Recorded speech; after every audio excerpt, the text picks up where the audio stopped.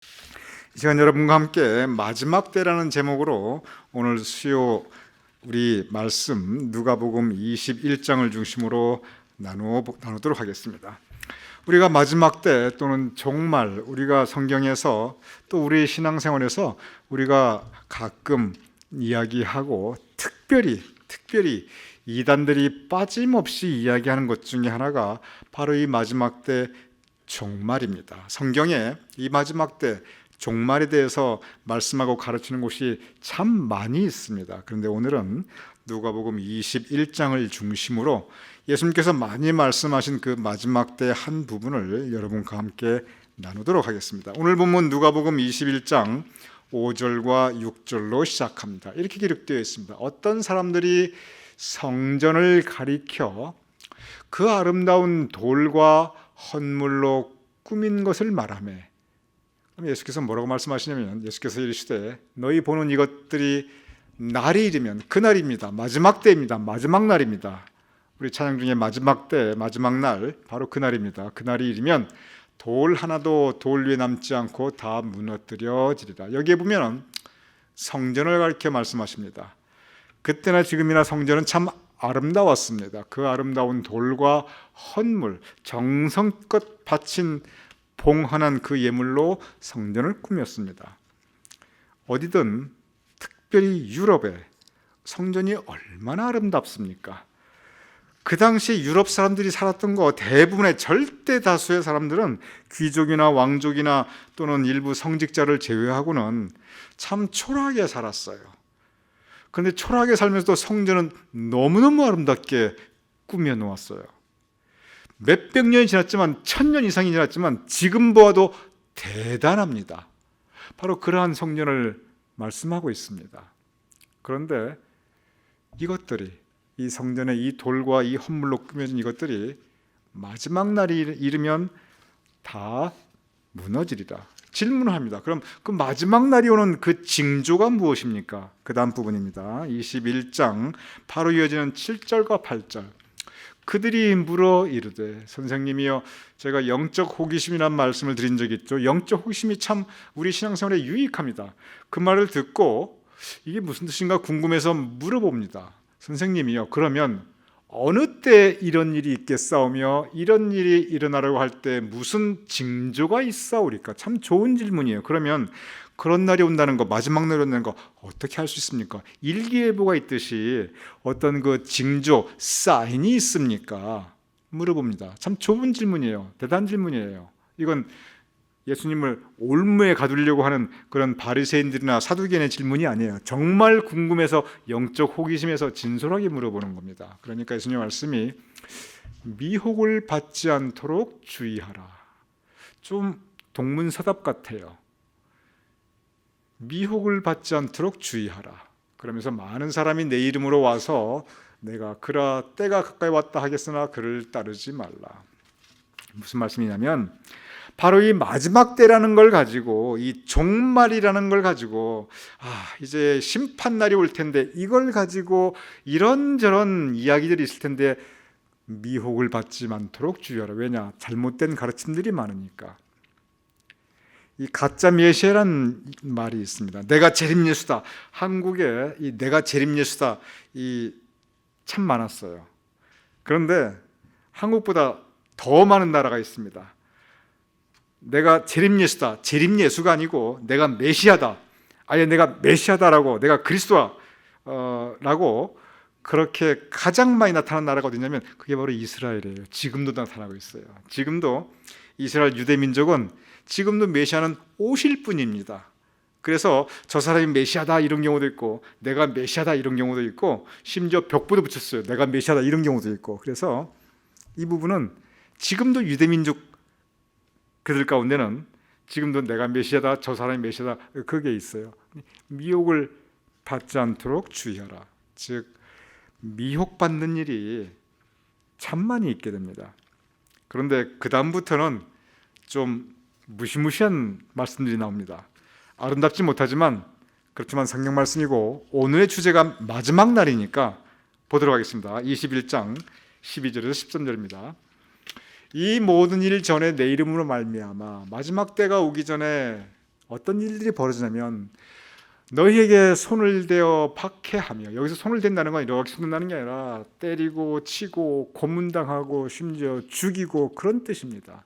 박해하며 회당과 옥에 넘겨주고 감옥에 넘겨주고 임금들과 집권자들 앞에 끌어가려니와 이 일이 너희에게 도리어 증거가 되리라. 즉 고난이 올 것이고 핍박받을 것이라. 언제? 마지막 날에. 그러면서 또 구구절절한 말씀이 나옵니다. 이게 보면은 내용이 점점 더 심각해집니다. 21장 16절에서 17절이에요. 심지어 부모와 형제와 친척 및 벗이 너희를 넘겨주어 너희 을 죽이게 하겠고 또 너희가 내 이름으로 말미암아 모든 사람에게 미움을 받을 것이나. 사실은 저 부분은 실제 예수님께서 돌아가실 때 실제 저 부분이 일어나지요. 그리고 여러분, 한국 역사에서 저 부분이 언제 있었냐면은 우리가 6.25 때 저 부분이 의외로 있었어요. 한국 역사에 보면은 특별히 구한말에 있었고, 믿는다는 그 이유 하나만으로 그 쫓겨난 우리 한국의 초기 기독교인들이 의외로 많았습니다. 아예 그냥 우리 무슨 씨 집안에서 너는 없다 해가지고 호적에서 이름을 파버린 경우도 있었어요. 특히 왜냐하면 한국이 유교 전통이 강했잖아요. 유교 뼈대 있는 양반 가문인데 이 야소교를 못 해요. 여러분, 야소교가 나쁜 말이 아니에요. 예수님의 한자음이 야소교입니다. 그래서 옛날에 전부 야소교라고 그랬어요. 지금은 예수교라고 그러지만 저 야소교를 믿어가지고 야소교를 믿으면 부모도 조상도 못 알아보고 이러다 보니까 정말 예수님 믿는다고 부모와 형제와 친척과 벗에게 핍박받고 쫓겨난 우리 기독교인들 한국 역사에 의외로 많습니다. 특히 제사 안 한다고, 제사한다는 그 이유로 아주 고통받은 그런 우리 한국 역사에 있었어요. 그러니까 저것이 사실 오래전의 일이 아닙니다. 그리고 너희가 내 이름으로 말미암아 모든 사람에게 미움을 받을 것이니, 크리스찬이란 믿는 사람들은 이 이름이 이것이 오히려 사람들에게 멸시받고 미움받고 더 심란한 말씀이 나옵니다. 아주 심란해요. 21장 23절에서 24절입니다. 계속 좋지 않은 이 말씀이니까 여기서 좋지 않다는 말씀이 좋지 않다 그 뜻이 아니라 우리 귀에 듣기에 좀 부담된다는 그런 말씀입니다. 성경 말씀에 좋지 않은 말씀이 뭐가 있겠습니까? 근데 우리의 마음에 우리 귀에 듣기 참 부담스러운 말씀입니다. 그날에는, 마지막 날에는 아이벤 자들과 젖 먹는 자들에게 화가 있으리니 이는 땅에 큰 환난과 이 백성에게 진노가 있겠습니다. 그들이 칼날에 죽임을 당하며 모든 이방에 사로잡혀 가겠고 예루살렘은 이방인들의 때가 차기까지 이방인들에게 밟히리라. 두 번 계속 읽어보고 싶지 않아요. 엄청난 박해와 혼란이 옵니다. 그러면서 여러분이 잘 아시는 말씀이 있습니다. 21장 27절, 그날에 사람들이 인자가 구름을 타고 능력과 큰 영광으로 오는 것을 보리라. 마지막 때 이렇게 엉망진창으로 세상이 돌아가는데 그때 인자가, 예수님께서 재림하시리라. 근데 사실 세상은 지금도 엉망진창으로 돌아가고 있어요. 정도의 차이가 있을 뿐이지. 우리가 강림절이지만 참 우리가 인자가 구름 타고 오시지 않으셔도 지금 우리가 평강의 왕, 정말 평화의 왕 예수님께서 정말 오셔야 되는 때입니다. 그런데 가장 중요한 질문이 있습니다. 이 첫 질문이 뭐냐면은 사인, 징조가 뭡니까? 그거예요. 이런 일들이 일어날 것이다. 예수님께서 말씀하셨어요. 그런데 이 마지막 때의 결론이 뭐냐면, 결론이 너무 허무할 정도로 평범한 말씀이세요. 제가 다시 말씀드릴게요. 이 부분이 정말 중요합니다. 주제 자체가 너무 헤비해요. 마지막 때예요. 인류 심판날이에요. 예수님께서 재림하는 때예요. 땅 위에서는 온갖 엄청난 일들이 벌어져요. 그리고 예수님께서는 인자가 구름을 타고 오시는데, 그러니 이게 얼마나 우주 전체의 대혼란이고 대역사입니다. 그런데 그 다음 주제가 뭐냐면, 성경 말씀에서 뭘 말씀하시려고 하냐면, 결론이 너무 아까 허무할 정도라고 그랬죠. 그러니 저런 때, 저걸 준비하기 위해 저런 때가 분명히 오는데, 그러니 우리는 무엇을 해야 합니까? 바로 그 부분이에요. 그럼 저런 때가 오는데, 언제 올지 모르는데, 그러니 우리는 무엇을 해야 합니까? 보겠습니다. 허무할 정도로 간단한 말씀입니다. 21장 35절에서 36절입니다. 여러분께서 읽어주시기 바랍니다. 시작.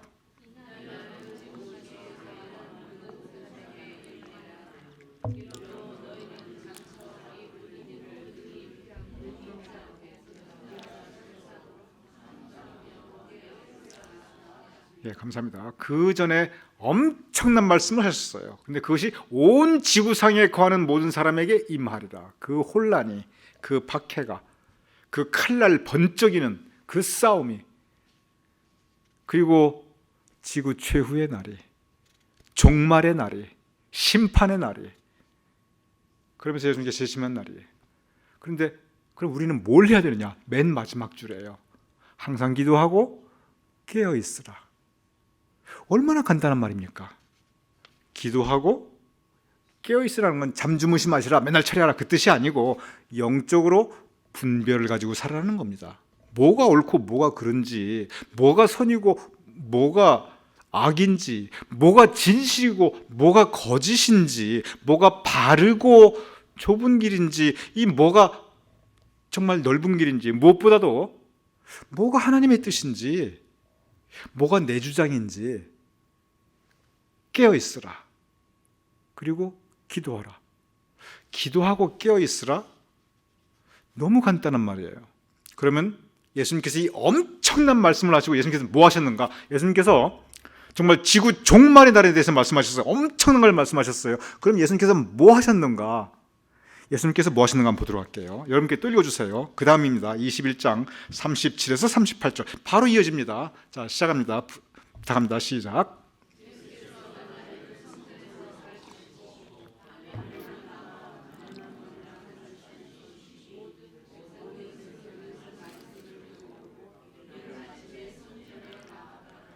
여러분, 이 말씀의 흐름을 보시기 바랍니다.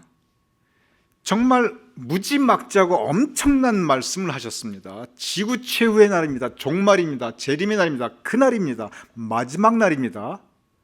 그리고 나서는 예수님께서는 마치 아무 일도 없었던 것처럼, 마치 아무 일도 안 일어날 것처럼 낮에는 성전에서 평범하게 가르치시고, 밤에는 감람산에 올라가서 쉬기도 하시고 기도하시고, 감람원이라는 것이 그 동산, 그냥 예수님께서 거기서 쉬기도 하셨지만 기도도 하셨어요. 이게 말이 흐름이 안 맞아요. 지금 엄청난 때를 말씀하셨으니 뭔가 엄청난 걸 보여주셔야 돼요. 근데 뭘 보여주시냐면 평소하고 똑같이 가르치시고 평소하고 똑같이 쉬시기도 하고 기도하시고, 백성들은 그 다음에 그 엄청난 일을 듣고 또 뭐 있냐면 평소하고 똑같이 그냥 성전에 나가서 말씀 듣고. 이 흐름을 보면은 여기 예수님께서, 그리고 성경이 우리가 가르치고자 하는 그 중요한 영적 우리의 교훈이 있습니다. 마지막 때, 재림, 심판, 최후의 날, 대단하지요. 우리가 할 일이 뭐냐면 그건 하나님의 영역이에요. 우리가 어떻게 할 수 있는 거 아무것도 없어요. 하나님께서 하시면 그날이 마지막 날입니다. 내일일 수도 있어요. 우리가 할 일은 마치 아무 일도 없는 것처럼, 마치 아무 일도 안 일어날 것처럼 일상생활, 매일 우리의 삶의 자리, 가정과 직장과 우리의 삶의 이웃들, 내 삶의 하루하루 정말 마치 아무 일도 안 일어날 것처럼 예수님께서 성전에 가르치시고, 낮에는 가르치시고, 저녁에는 쉬시고, 우리는 낮에는 일하고 저녁에는 쉬라고, 낮에는 또 뭐 골프도 치시고 뭐 마실도 다녀오시고 뭐 쇼핑도 하시고, 또 저녁엔 집에서 성경도 읽고. 아까 그 전에 기도하고 깨어 있으라. 특별한 게 없어요. 특별한 게 없어요. 중요한 것은 우리 삶의 자리입니다. 매일 삶의 우리의 자리예요. 엄청난 걸 말씀하시는 것 같은데 결론은 뭐냐면은 너의 매일매일 일상, 매일 그 하루, 그 날마다 숨 쉬는 순간마다 그 한순간 한순간을 소중히 여기고 기도하고 영적으로 분별하고 삶의 자리를 지켜나가는 것입니다. 여기에 우리가 예수님을 통해서 성경을 통해서 받아야 될 큰 교훈이 우리가 매일매일 주님 말씀 따라 사는 것, 기도하고 깨어있는 것, 이 삶의 루틴, 이것이 우리 생활에 너무 중요합니다. 신앙생활도 그래요. 우리가 신앙생활에서 우리가 내가 뭘 해야지, 어떤 그 강박관념을 가질 수가 있어요. 우리가 정말 어디 가서 뭣도 해야 되고 뭣도 해야 되고 뭣도 해야 되고 하면 좋지요. 하지 말라는 말씀 절대 아닙니다. 하면 할수록 좋아요. 믿음의 분량도 커질 수가 있고 우리 행하는 그 선교의 지경도 확장될 수가 있고, 그런데 가장 중요한 것은 뭐냐면 우리 믿음의 루틴이에요.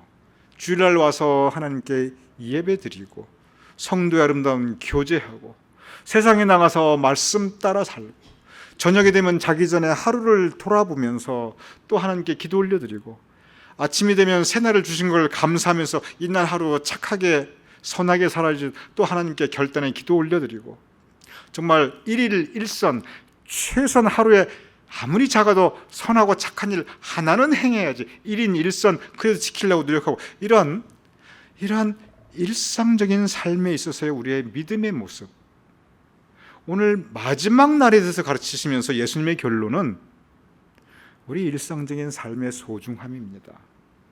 우리 신앙 엄청난 거 물론 좋아요.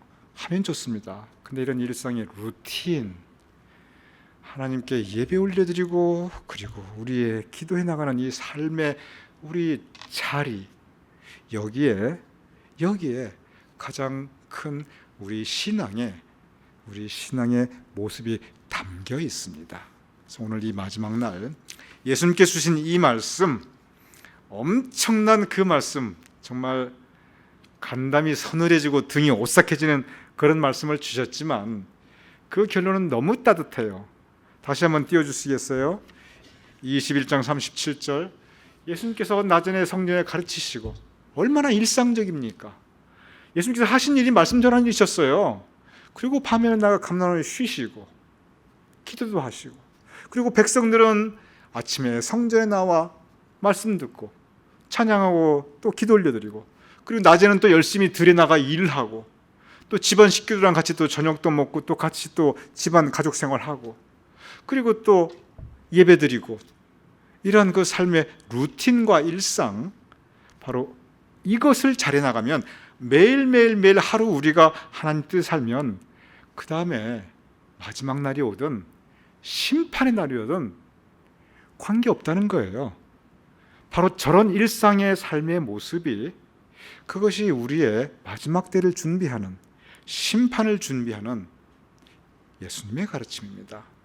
우리가 80년을 살든 90년을 살든 100년을 살든 이 시간이 덩어리가 아니라, 이 덩어리 한 일생 그게 아니라 매일 삶의 일상으로 매 순간 우리에게 다가옵니다. 그 순간을 귀히 여기고 소중히 여기고 기도하고 깨어있고 그리고 우리의 삶의 자리를 소중히 지켜나갈 수 있는 저와 여러분이 될 수 있기를 주님의 이름으로 축원합니다.